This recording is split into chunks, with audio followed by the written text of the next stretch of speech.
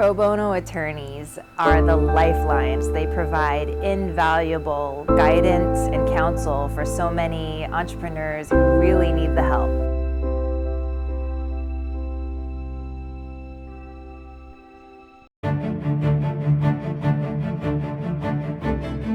My name is Amir Hassan Abadi. I'm an attorney at Fenwick & West, and I believe that our pro bono work matters. Fenwick believes that everybody deserves legal counsel, especially if they don't have the means to pay. Join me as I visit Bay Area entrepreneurs, legal aid centers, and my colleagues as we work together to build the Bay. First up is the Renaissance Entrepreneurship Center in Marin. Our guide is Boku Kadama, Center Director for Renaissance Marin. Boku has a dedicated staff at its disposal, along with volunteer attorneys who lead lectures on entrepreneurship and conduct workshops for at-need small business owners. And he was kind enough to show us around. So how'd you guys get started? Well, back in 2010, the Marin Community Foundation had done a study around poverty in Marin and discovered that there was a growing level of poverty. So they wanted to use entrepreneurship as one method of alleviating some of that, hopefully as a solution. So we've also become like this gathering place. Some of those gathered was this diverse array of entrepreneurs. I'm a hand therapist at Post Wellness by Design, which is a community-based wellness center in Petaluma. I own Mindful Organics, and we create the most sensual massage oils and massage candles. So Intuition Power is a series of programs made of coaching, classes to develop intuition for business purposes. And we're all having fun. By 2020, 60% of us are going to be self-employed. Now that's being an entrepreneur, being self-employed. But what we really find is that the vast majority of people just go into business without really understanding how to run a business. So we help them with learning how to do that. And also the other real vital thing is helping them to understand that connectivity, networking, all these kinds of things are really critical for their success. They need to be out there. And that's what we try to provide here. Great, well thank you very much. All right, thank you. After visiting with Boku, we took a leap across the bay. We find ourselves in Oakland, where Legal Services for Entrepreneurs, or LSE, provides free legal services for entrepreneurs. We meet up with Mia Chen, staff attorney for the Lawyers Committee for Civil Rights, who in turn sponsor LSE. So how did LSE get started?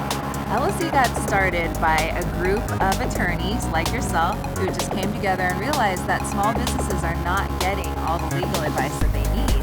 And it's getting them into a lot of trouble. They're not zoned correctly, their contracts are not being reviewed, they're not using contracts. Mia showed us around, where we saw firsthand volunteers help out entrepreneurs with questions vital to their business. They come to Legal Services for Entrepreneurs looking for counsel and advice, and in partnership with Fenwick & West and other types of law firms, they're able to receive that counsel and advice and get their business off the ground. Speaking with the entrepreneurs, you get the sense that they really appreciate the service. As a representative of a local arts nonprofit, it's important to us to get the counsel that we need to be able to take advantage of different opportunities that we get to provide public service for our client base, which is local artists, so that we can engage in different growth opportunities, knowing that we're protected from a legal standpoint and a liability standpoint. I feel like the industry that I'm in, I'm knowledgeable as far as my skills, but because I want to own my own business, it's important to know exactly what LLC means, what S-Corp means, how to file my taxes, how to treat my future employees, basically just an education on how to run a successful business. We've seen single moms who wouldn't have otherwise been able to launch their businesses up and running with great leases for their spaces. We've seen people providing opportunities to a lot of folks in their neighborhoods who otherwise wouldn't have this type of opportunity.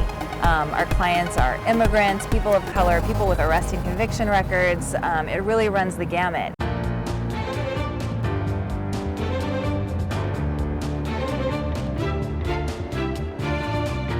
Meet entrepreneur Angel Huntington Ortega, founder of Todos Organics. And we were lucky enough to be joined by RJ, a top-notch attorney at Fenwick & West. Angel and RJ work together on issues faced by Todos Organics. And today, Angel will be showing us the Todos Organics experience. So Angel, how did you decide to start this business? Well, I'm a certified massage therapist, and I went to massage school. While we were there, we learned about what goes on your body is just as important as what goes in your body, and that made me really aware of labels and products. So I started making really simple oils to use on my own clients. And my infused coconut oil was my most popular product, my most requested product. So it made sense for me to just focus on trying to make just that product. But the product ran into a snag, and Angel needed RJ's help. When I came to RJ, I had a brand. It was Coco para todo. That means coconut for all or coconut for everybody. And I was really excited about it. And through RJ's help and his team and the research that they did on that trademark, it came back as not available. I was really disappointed. I didn't know what to do, but RJ, in talking with RJ, he helped me come to Todos Organics. And Todos means everybody or all in Spanish, which I think encompasses my brand even better. As a thank you to RJ, we had a surprise in store for us. This is organic Mexican coconut oil, and it's been warm infused for 8 weeks with cardamom, cloves, cinnamon, and Mexican vanilla. So this is an all-purpose product. You can use it on your skin, you can use it on your hair, you can shave with it. It's very flexible, multi-purpose. It's very emollient. It has a natural SPF of about 4, so it's a super skin protector. I think it smells great. It smells great. That's awesome. Yeah. Working with RJ has given me a lot of confidence and helped my business feel like a real business, more valid. I wouldn't have known where to start with trademark law if I hadn't had his help. Welcome to the sunny streets of San Francisco, where folks go to their local market for a sweet treat on a warm day. This is where Chef Joan Pond strides in with Joan's Gourmet Gelato. Joan was recommended to RJ, who helped her on a trademark matter on a pro bono basis. How did you start Joan's Gourmet Gelato? So I'm actually a classically trained chef in France. Started my career in fine dining. Took a break from the rigors of the kitchen because I had developed food intolerances to dairy, eggs, and gluten, which was making me sick. I switched to a paleo lifestyle and created this gelato that I could eat and that tasted really great, and that's how Joan's Gourmet Gelato came about. That's really terrific. Thanks. So not only is this delicious, but this is actually pretty heavy. Yes, so gelato actually has what we call less overrun, which is less air than traditional ice cream. Traditional ice cream is more fluffy, and like I said, has more overrun than gelato. So for gelato, you actually get more product and more density. More bang for your buck. Exactly.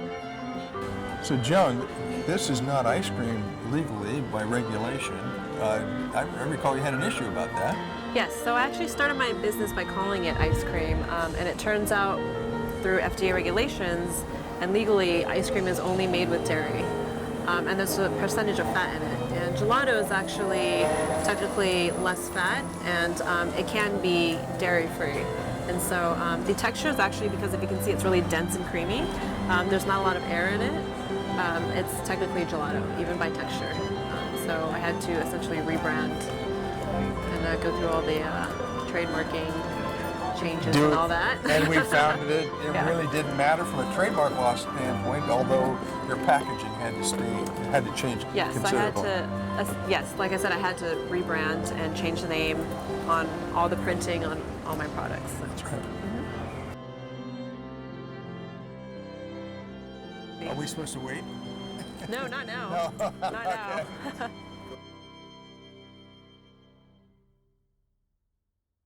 So. Oh. And it's coconut milk based. Wow. I don't know if you guys can tell or not. Oh, that's amazing. Yeah, coconut. I taste the cinnamon. Oh, I love it. That's delicious. That really is. Yeah.